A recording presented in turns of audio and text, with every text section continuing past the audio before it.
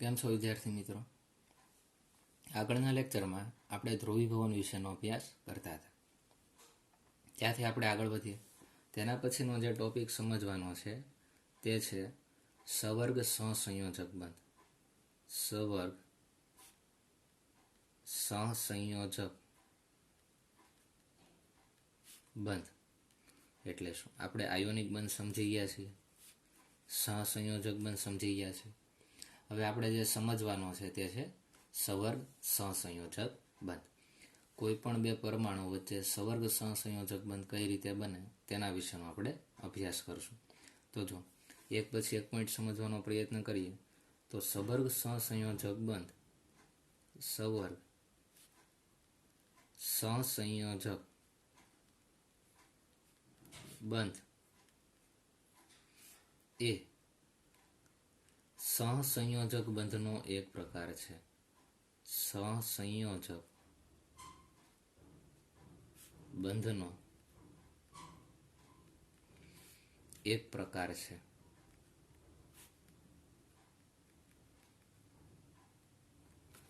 સવર્ગ સહસંયોજક બંધ શું છે? તો કે એક પ્રકારનો જે સહસંયોજક બંધ છે તેનો જ પ્રકાર છે.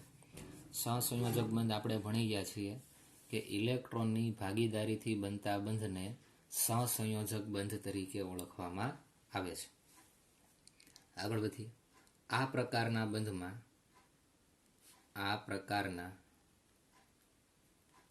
બંધમાં એક પરમાણુ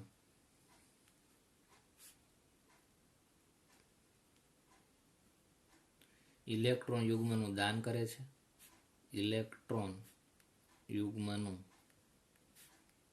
દાન કરે છે.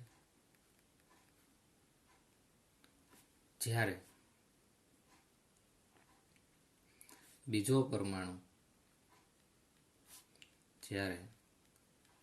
પરમાણુ શું કરતો હશે? તેનો સ્વીકાર કરે છે. તેનો સ્વીકાર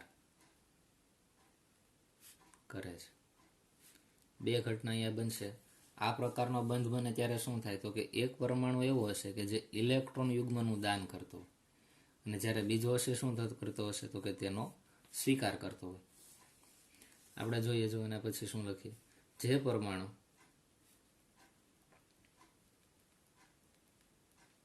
ઇલેક્ટ્રોન યુગ્મ આપે છે, ઇલેક્ટ્રોન યુગ્મ આપે છે તે દાતા પરમાણુ કહેવાય.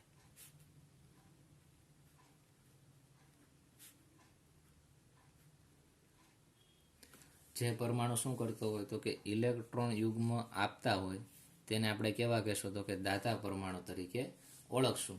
અને બીજો પોઈન્ટ કે જે પરમાણુ ઇલેક્ટ્રોન યુગ્મનો સ્વીકાર કરતા હોય, જે પરમાણુ ઇલેક્ટ્રોન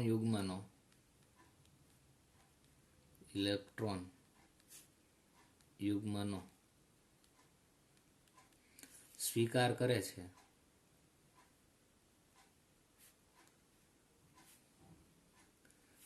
તેને શું કહેશું? સ્વીકારનાર પરમાણુ કહેવાય. તેને સ્વીકારનાર પરમાણુ કહેવાય. જે પરમાણુ શું કરતો હોય? ઇલેક્ટ્રોન યુગ્મ સ્વીકારે તેને આપણે શું કહેશું? સ્વીકારનાર પરમાણુ તરીકે ઓળખશું. અને જે પરમાણુ ઇલેક્ટ્રોન યુગ્મ આપે છે તેને આપણે દાતા પરમાણુ તરીકે ઓળખીએ છીએ. તેના પછી આપણે સવર્ગ સહસંયોજક બંધ બનવા માટેની અમુક જરૂરિયાતો શું હોય તો જ સવર્ગ સંયોજનો બને તે આપણે જોઈએ. તો જો લખીએ આપણે સવર્ગ સહસંયોજક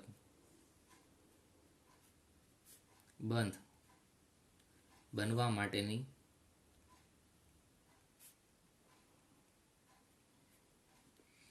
જરૂરિયાત.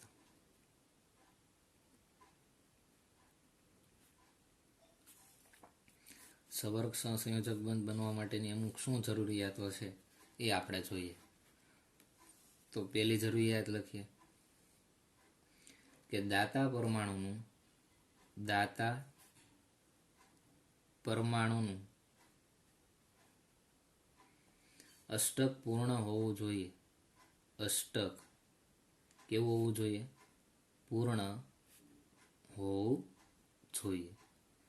કે જે ઇલેક્ટ્રોન યુગ્મનું દાન કરે છે તેનું અષ્ટક પૂરું હોવું જોઈએ. બરાબર.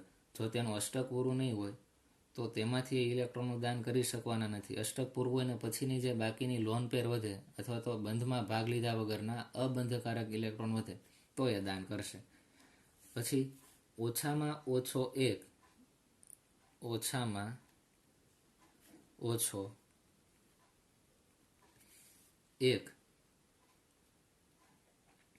અબંધકારક ઇલેક્ટ્રોન યુગ્મ હોવું જોઈએ.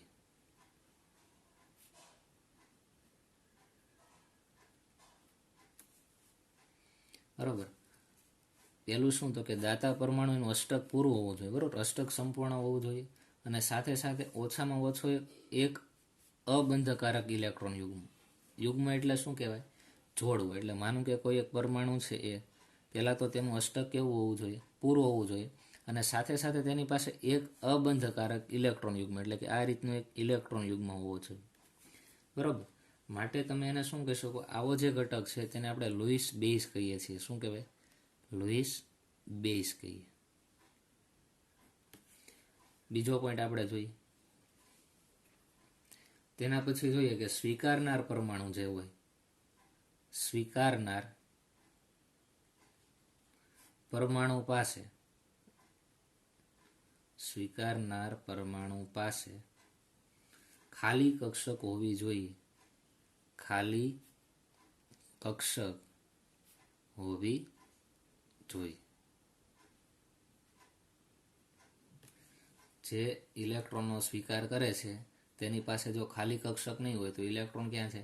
માટે તેની પાસે ખાલી કક્ષકો હોવી જોઈએ કે જેથી તે ઇલેક્ટ્રોન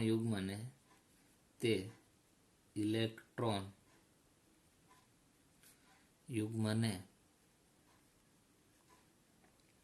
સ્વીકાર કરી શકે. ઇલેક્ટ્રોન યુગ્મનો સ્વીકાર કરી શકે.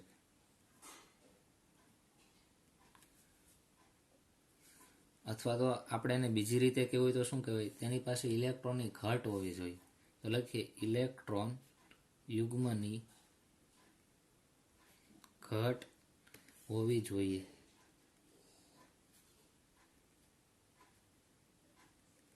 જેને આપણે શું કહીએ છીએ? લુઈસ બેઝ તરીકે ઓળખીએ છીએ. એક્ઝામ્પલ દ્વારા સમજવાનો પ્રયત્ન કરીએ. જો આપણી પાસે એક એ પરમાણુ છે કે જે તેનું અષ્ટક પૂરું છે અને સાથે સાથે તેની પાસે એક અબંધકારક ઇલેક્ટ્રોન યુગ્મની જોડ પણ છે. બરાબર. આનું અષ્ટક પૂર્ણ પણ છે. ખાસ ધ્યાન રાખવાનું, આનું અષ્ટક કેવું છે? પૂર્ણ પણ હોય. અને બીજું શું તો કે અબંધકારક ઇલેક્ટ્રોન યુગ્મ પણ આની પાસે હોય. તેની જ્યારે બી સાથે પ્રક્રિયા થાય છે, કોની સાથે પ્રક્રિયા થાય? બી સાથે. હવે બી એટલે શું? આ જો એ છે એ શું છે? Louis acid. બી છે એ શું છે? લુઈસ બેઝ, કે જેની પાસે ઇલેક્ટ્રોનની ઉણપ છે, કે જેનું અષ્ટક પૂરું નથી.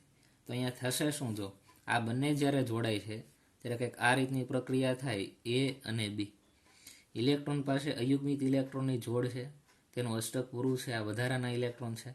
તો એક ઇલેક્ટ્રોન એ પોતાની પાસે રાખે અને આ બીજો ઇલેક્ટ્રોન છે એ કોને આપી દે? બી. તો આ રીતે આની વચ્ચે એક બોન્ડ બને. બરાબર. આ ઇલેક્ટ્રોન યુગ્મ દ્વારા જ આખો બોન્ડ બન્યો ને. પણ એ છે એ ઇલેક્ટ્રોન આપે છે અને બી છે ઇલેક્ટ્રોન સ્વીકારે છે. એટલે કે જે ઇલેક્ટ્રોન આપતો હોય ને જે દિશામાં આપતો હોય તો એ દિશા સાઈડ આ રીતે એરો કરવા. આ સવર્ગ સહસંયોજક બંધની નિશાની તમને ખબર પડે. તો અહીંયા જે બોન્ડ તૈયાર થયો તેને આપણે શું કહેશું? સવર્ગ સહસંયોજક બંધ તરીકે ઓળખવામાં આવશે. બરાબર. કંઈક આ રીતે આમાં સવર્ગ સહસંયોજક બોન્ડ બનતો હોય. એક્ઝામ્પલ દ્વારા સમજવાનો પ્રયત્ન કરીએ. જો એક આપણે પ્રક્રિયક લઈ લઈએ એમોનિયા,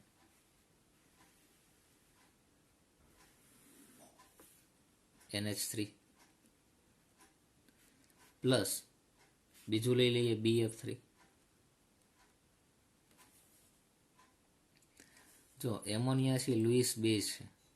નાઇટ્રોજન પાસે ટોટલ કેટલા બાહ્યતમ કક્ષામાં ઇલેક્ટ્રોન હોય? 5 ઇલેક્ટ્રોન હોય. એમાંથી 3 ઇલેક્ટ્રોન છે આ 3 હાઇડ્રોજનના ઇલેક્ટ્રોન સાથે જોડાય, બરોબર? કંઈક આ રીતનું સ્ટ્રક્ચર બનાવે. નાઇટ્રોજન સાથે આ 3 હાઇડ્રોજન જોડાયેલા છે. નાઇટ્રોજન પાસે કેટલા ઇલેક્ટ્રોન હોય? તો કે બાહ્યતમ કક્ષામાં 5 ઇલેક્ટ્રોન હોય. તો આ 5 ઇલેક્ટ્રોન મૂકી દો. એક હાઇડ્રોજન પાસે 1 ઇલેક્ટ્રોન હોય તો આ જો એક બોન્ડ બન્યો. આ હાઇડ્રોજન પાસે 1 ઇલેક્ટ્રોન હોય, આ રીતે બોન્ડ બને. અહીંયા ઇલેક્ટ્રોન એટલે આ રીતે બોન્ડ બને. આ એમોનિયા બન્યો. તો તમે જોઈ શકો છો કે નાઇટ્રોજન પાસે હજી એક અબંધકારક ઇલેક્ટ્રોન યુગ્મની જોડ છે. એટલે અહીંયા તમે આ રીતે પણ લખી શકો એમોનિયાને, બરાબર. જ્યારે BF3માં બાહ્યતમ કક્ષામાં કેટલા ઇલેક્ટ્રોન હોય? તો કે બોરોનની બાહ્યતમ કક્ષામાં 3 ઇલેક્ટ્રોન હોય, એટલે 3 ફ્લોરિન સાથે જોડાઈ જાય, બરાબર. બોરોન તેની બાહ્યતમ કક્ષામાં કેટલા ઇલેક્ટ્રોન છે? તો કે 3 ઇલેક્ટ્રોન. તો આ રીતે મૂકી દો. ફ્લોરિન અહીંયા મૂકી દઈએ, બરાબર. તો ફ્લોરિનની બાહ્યતમ કક્ષામાં 7 ઇલેક્ટ્રોન હોય ને આ 7મો ઇલેક્ટ્રોન ખાલી હું દર્શાવું છું. તો જુઓ તો આ રીતે જોડાય. આની બાહ્યતમ કક્ષામાં 7 ઇલેક્ટ્રોન, તો આ રીતે જોડાય. ફ્લોરિનની બાહ્યતમ કક્ષામાં 7 ઇલેક્ટ્રોન, તો જુઓ તો BF3 બનાવે. આની પાસે કે લોન પેર તમને જોવા મળશે નહીં. તો જુઓ કઈ રીતે આની વચ્ચે સવર્ગ સહસંયોજક બોન્ડ બને એ જોઈએ. નાઇટ્રોજન તેની સાથે 3 શું જોડાયેલા છે? હાઇડ્રોજન. અને એક તેની પાસે શું છે? Lone pair. બીજું આપણે લઈ લઈએ બોરોન, તેની સાથે શું જોડાયેલા છે? 3 હાઇડ્રોજન. તમે બોરોનની વાત કરશો તો બોરોનનું અષ્ટક પૂરું નથી. તમે જુઓ તેની પાસે કેટલા ઇલેક્ટ્રોન છે? 1 2 3 4 5 અને 6. 6 જ ઇલેક્ટ્રોન છે. અષ્ટક પૂરું કરવા માટે 8 ઇલેક્ટ્રોનની જરૂર પડે. તો શું કરશે? આ નાઇટ્રોજન છે તેની પાસે 2 ઇલેક્ટ્રોન છે, એમાંથી 1 ઇલેક્ટ્રોન પોતાની પાસે રાખશે અને આ ઇલેક્ટ્રોન કોને આપી દેશે? બોરોનને આપી દેશે. તો સ્ટ્રક્ચર કંઈક આ રીતે થાય. જો નાઇટ્રોજન 1 ઇલેક્ટ્રોન પોતાની પાસે રાખશે અને આ 1 ઇલેક્ટ્રોન કોને આપી દેશે? આ બે જોડાય ત્યારે શું થાય એ નીચે લખું છું, બરોબર. 1 ઇલેક્ટ્રોન આ બોરોનને આપી દે. આ નાઇટ્રોજન સાથે શું જોડાયેલા છે? આ 3 હાઇડ્રોજન. આ બોરોન સાથે શું જોડાયેલા છે? 3 હાઇડ્રોજન. આની વચ્ચે શું બની જાય? બોન્ડ બની જાય. તો અહીંયા જે બોન્ડ બને છે એ પણ કેવા પ્રકારનો કહેવાય? તો કે સવર્ગ સહસંયોજક બંધ છે. અને આ રીતે ન દર્શાવતા બીજી રીતે દર્શાવો હોય તો જો એમોનિયા એટલે કે NH3 ઇલેક્ટ્રોન યુગ્મ કોના તરફ આપે છે? તો કે BH3 તરફ. આ રીતે પણ તમે શોર્ટમાં દર્શાવી શકો કે એમોનિયા અને BH3 વચ્ચે સવર્ગ સહસંયોજક બંધ બનતો હોય. બીજું આપણે જોઈએ છે તેના પછીનું એક્ઝામ્પલ H2O પ્લસ બીજો ઘટક છે H પ્લસ. આની વચ્ચે સવર્ગ સહસંયોજક બોન્ડ કઈ રીતે બને તે આપણે જોઈએ. તો જો H2O આપણે સ્ટ્રક્ચર લખીએ તો કઈ રીતે લખાય? તો કે ઓક્સિજન સાથે 2 શું જોડાયેલા છે? તો કે હાઇડ્રોજન જોડાયેલા છે. તો આ રીતે મૂકી દો હાઇડ્રોજન. ઓક્સિજનની બાહ્યતમ કક્ષામાં કેટલા ઇલેક્ટ્રોન હોય? તો કે પરમાણુ ક્રમાંક તેનો કેટલો છે? 8. તો 2 અને 6. તો બાહ્યતમ કક્ષામાં 6 ઇલેક્ટ્રોન હોય. તો આ પહેલો ઇલેક્ટ્રોન, આ બીજો ઇલેક્ટ્રોન, ત્રીજો, ચોથો, પાંચમો અને આ છઠ્ઠો. 6 ઇલેક્ટ્રોન થઈ ગયા રીતે, બરોબર. હવે તેની સાથે જોડાય છે કોણ? તો કે H પ્લસ. તો પ્લસ H પ્લસ મૂકી દઈએ. અહીંયા આપણે જોઈશું કે હાઇડ્રોજનને ઇલેક્ટ્રોનની જરૂર છે, બરોબર. આ ઇલેક્ટ્રોન સ્વીકારનાર થશે જ્યારે આની પાસે અબંધકારક ઇલેક્ટ્રોન યુગ્મની 2 જોડ છે. જો આ એક જોડ અને આ બીજી જોડ, માટે ઇલેક્ટ્રોન યુગ્મને શું દાન કરવાનો પ્રયત્ન કરશે. તો થાય શું જોવો તો ઓક્સિજન, અહીંયા હાઇડ્રોજન છે, હાઇડ્રોજન છે. આ એક લોન પેર છે એમ નામ રહેશે. જ્યારે બીજી લોન પેર છે એમાંથી ઓક્સિજન 1 ઇલેક્ટ્રોન પોતાની પાસે રાખશે અને આ ઇલેક્ટ્રોન છે હાઇડ્રોજનને આપી દેશે. એટલે આપણે હાઇડ્રોજન પાસે અહીંયા 1 ઇલેક્ટ્રોન મૂકી દઈએ. જો તો આ રીતે બની જશે. શું બની ગયું? અહીંયા સવર્ગ સહસંયોજક બંધ બન્યું. બીજું એ કે ઓક્સિજન છે ઇલેક્ટ્રોનનું દાન કરે છે એટલે આની ઉપર પ્લસ ચાર્જ આવે, બરોબર. એટલે H2O અને H પ્લસ જોડાય એટલે શું બની જાય? જો તો 3 હાઇડ્રોજન છે એટલે કે H3 અને એક ઓક્સિજન O પ્લસ. આવી નિપજ મળે, બરાબર. પાણી અને H+ જોડાય એટલે હાઇડ્રોનિયમ આયન તમને મળશે. બરાબર. તો આ રીતે સવર્ગ સહસંયોજક બળની રચના થાય છે. તેના પછી બીજા એક્ઝામ્પલ જોઈએ આપણે. Ammonia plus H+. આમાં સવર્ગ સહસંયોજક બંધ કઈ રીતે બને એ જોઈએ. તો પહેલાં આપણે એમોનિયા લખી નાખીએ. જો હવે તો તમને લખતા આવડશે કે નાઇટ્રોજન હોય, 3 સિગ્મા બોન્ડથી 3 હાઇડ્રોજન જોડાયેલા હોય અને નાઇટ્રોજન પાસે એક શું હશે તો કે લોન પેર હશે. આ રીતે. બરાબર. તે શું કરશે તો કે H+ સાથે જોડે. H+ સાથે જોડાય તો શું થશે જુઓ તો આ બંને જ્યારે જોડાય ત્યારે નાઇટ્રોજન એની સાથે આ 3 હાઇડ્રોજન છે. આ પહેલો હાઇડ્રોજન, આ બીજો હાઇડ્રોજન અને આ ત્રીજો હાઇડ્રોજન. આ નાઇટ્રોજન પાસે જે લોન પેર છે એમાંથી એક ઇલેક્ટ્રોન પોતાની પાસે રાખશે, એક ઇલેક્ટ્રોન કોને આપી દેશે? હાઇડ્રોજન. તો આ રીતે તેમાં શું બનશે? NH4+ બને. આને શું બોલાય? જો નાઇટ્રોજન સાથે હવે 4 હાઇડ્રોજન જોડાઈએ અને તેની ઉપર શું ચાર્જ આવશે? પોઝિટિવ ચાર્જ આવશે. એમોનિયમ આયન તરીકે આપણે ઓળખશું. બરાબર. તો આ રીતે તમે સવર્ગ સહસંયોજક બળ એના વિશેનો અભ્યાસ કરી શકો. પછી હજી એક એક્ઝામ્પલ લઈએ કે BF4 -1 આ બનાવવું છે. તો આ કેમાંથી બને? તો કે BF3 આપણી પાસે હોય તેમાં F આપણે એડ કરીએ. બરાબર. F-1 તો બને. તો BF3 નું સ્ટ્રક્ચર લખીએ તો બોરોન, તેની સાથે 3 શું જોડાયેલા છે? આ રીતે ફ્લોરિન પ્લસ F- એનો અર્થ શું થાય? તો કે ફ્લોરિને એક ઇલેક્ટ્રોનનો સ્વીકાર કરેલો હોય. ફ્લોરિને શું કરેલો હોય? એક ઇલેક્ટ્રોનનો સ્વીકાર. તો જો ફ્લોરિન પાસે ટોટલ 7 ઇલેક્ટ્રોન છે. બાહ્યતમ કક્ષામાં કેટલા ઇલેક્ટ્રોન હોય? 7 ઇલેક્ટ્રોન હોય. પણ એક ઇલેક્ટ્રોનનો સ્વીકાર કરેલા કેટલા થઈ જાય? 8 ઇલેક્ટ્રોન થઈ જાય. તો ફ્લોરિનની બાહ્યતમ કક્ષામાં આ રીતે તમે 8 ઇલેક્ટ્રોન મૂકી શકો. બરાબર. અને એની પર કેવો ચાર્જ છે? Minus charge. હવે શું થાય? જો આ બંને વચ્ચે રિએક્શન થાય, બોરોન, ફ્લોરિન, ફ્લોરિન, ફ્લોરિન. હવે આ જે ફ્લોરિન છે તેમાં આ એક લોન પેરમાંથી એક ઇલેક્ટ્રોન પોતાની પાસે રાખશે ને એક ઇલેક્ટ્રોન બોરોનને આપી દેશે. આ રીતે. બરાબર. તો જુઓ તો અહીંયા ઇલેક્ટ્રોન આને આપે છે ને આ સાઈડ. બીજું શું આવે? તો અહીંયા જે બીજા ઇલેક્ટ્રોન આપણે એમને મૂકી દઈએ. ઇલેક્ટ્રોનનું દાન કરે છે એટલે શું બની ગયું? જો બોરોન, તેની સાથે ફ્લોરિન કેટલા જોડાઈ ગયા? 4. માઇનસ ચાર્જ આવશે. BF4 -1.